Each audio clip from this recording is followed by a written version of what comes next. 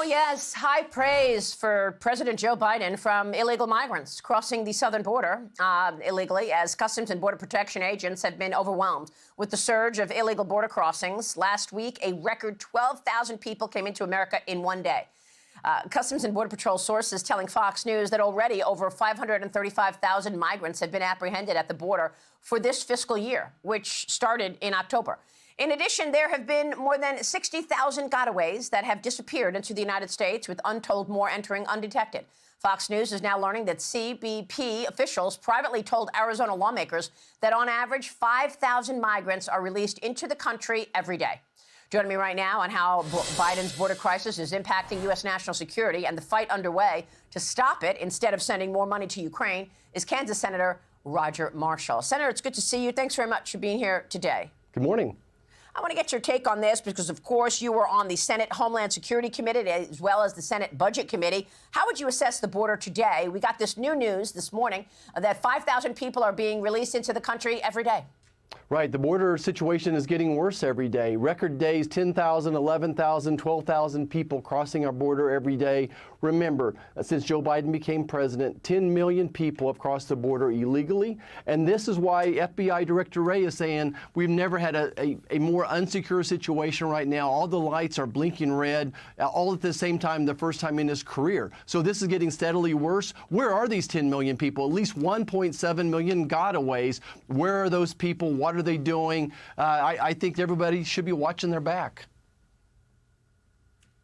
We're looking at live pictures, I want to point out, of Lukeville, Arizona. This is happening right now. These are live pictures here at the border in Arizona. And, of course, we know that Customs and Border Patrol had to move agents from Lukeville to other areas of the border because all the border openings were basically seeing a massive surge.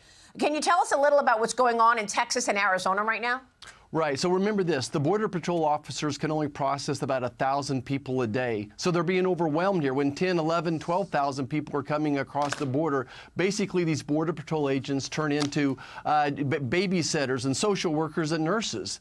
And again, Maria, you've been to the border as well, but my last trip there, the Border Patrol officer said, if you could give us one thing, make policy changes. So that's why we're fighting with Joe Biden, saying no money for Ukraine until we fix the border. It's the border, the border, the border. We have to secure the border, and with some simple policy changes like asylum and parole changes, we can impact 75% of the people that are coming to our southern border right now. So policy change alone would fix the problem. Joe Biden could have done that yesterday, the week before. He won't do it, so we need to do it legally through Congress. Well, I don't understand why. I mean, I'm going to get back to the fight in a moment because that's another head scratcher. The fact that this president will not make any changes at the border until you agree to give more money to Ukraine. We've already sent Ukraine about $110 billion, I believe. But what is this new element from Senator Dick Durbin?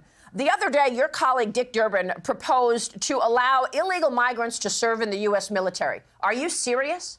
Yeah, I think that's a non-starter for us. So we kicked military people out of the service because they refused the COVID vaccine, but we're going to let people that have broke the law into the military. Look, if you have a legal status, then I think there could be consideration. But look, if you're an illegal person in the United States, you can't go in the military right now. Again, these people have not been vetted. My goodness, there's been 70,000 people, aliens from foreign countries of interest as well. Hundreds of terrorists have crossed our border as well. That's not a good solution. Well, you questioned Christopher Wray. I saw the hearing. You were great with Christopher Wray, but everything he said was quite scary. He said we are now at a peak in terms of the potential for a terrorist attack on the United States, on U.S. soil. He tried to blame the Hamas attack on Israel instead of the wide-open border. Then you've got these Chinese migrants coming in, flooding in, and when we've got pictures of these Chinese nationals coming in, they're largely military-aged men. I mean, can you just pick up and leave China and say, I'm going to go to America now? Don't you need approval? Is Xi Jinping directing these people to come into America and settle here? We have to assume so. Look, it's a sad day when the Chinese Communist Party pays more attention to our southern border than the White House does. To your point, 24,000 Chinese nationalists have crossed the border under Joe Biden. Those people have now taken positions throughout the country.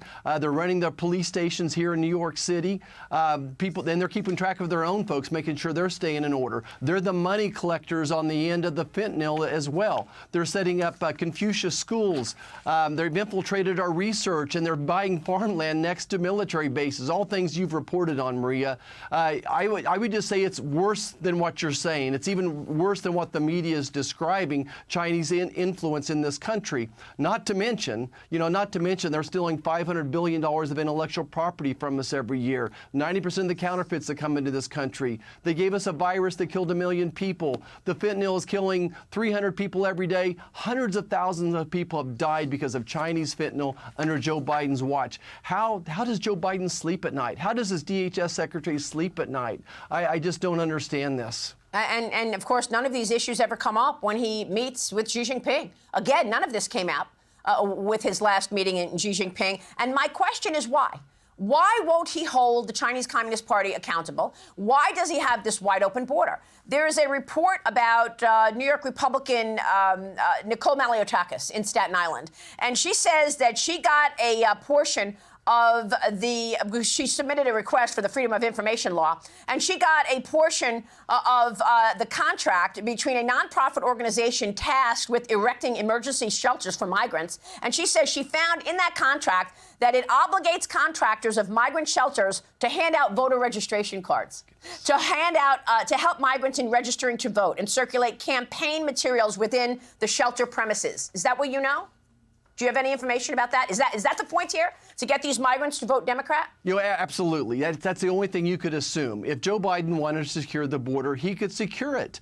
But instead, that they think this is the future of the Democrat Party. They're doing this in all government institutions, whether it's a place you go to get your food stamps or whether it's a place you go to get free health care. They're infiltrating all those. They, meaning the Biden administration with taxpayer dollars, are out there trying to get people registered as well. So it is absolutely the only thing that makes sense. Again, they're willing to sacrifice 300 young Americans every day to build their own Democrat Party. But I think the good news is Americans they know what's going on, and that's why the Americans are leaving the Democrat Party in droves, and they're looking for a new leadership. There's a lot of why questions today, Maria, but I think ultimately the ultimate choice here will become November of 2024. Will Americans choose a new president? On this fight in terms of money to Ukraine, where is this going? You all are leaving for the holidays next Thursday. Are you going to agree to send money to Ukraine, or are you going to hold the line until you see policy changes at the border? Yeah, I've never seen the Republicans so together, standing up, all 49 of us, voting against this big $100 billion supplemental package from the president, Chuck Schumer, unless we get meaningful border security. And I don't see that happening. I think that Chuck Schumer, Joe Biden bow to their immigration people. That's the immigration lobby. It's the same group of people that are pro-Palestine, and they don't want to take this vote. We've given the Democrats 4 opportunities to vote for standalone Israel funding. They voted it down every time. We could attack every one of these 4 prongs of this riddle, the supplemental riddle, one at a time, and I think figure out solutions. But none of it happens until we secure the border. It's the border, it's the border. Yeah. Now, all right. Real quick before you go, Senator, I know you were at the Young Republicans event last night in New York City where former President Trump spoke. We have a soundbite of that. I want to get your reaction to what the crowd did after he said this. Watch. Okay. These are not indictments in the traditional sense. These are Biden indictments against this is just against a political opponent. And with that, he's opened up a Pandora's box that may never let our country be the same. They've opened up a Pandora's box, and I only can say to Joe is, be very careful what you wish for, because what you've done is a terrible thing. Wow, Senator. Will Donald Trump be the nominee?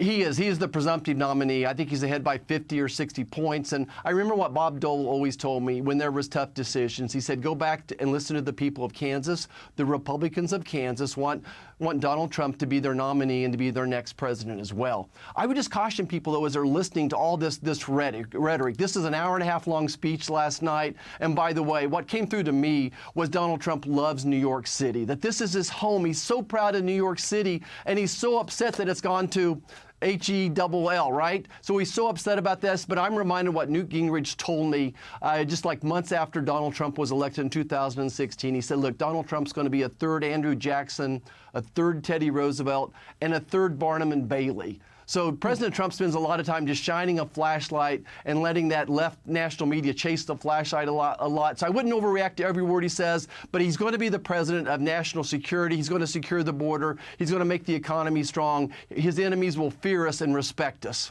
All right, Senator, thanks very much. Kansas Senator Roger Marshall, we so appreciate your time this morning. Thank you, sir. Thank you, Maria.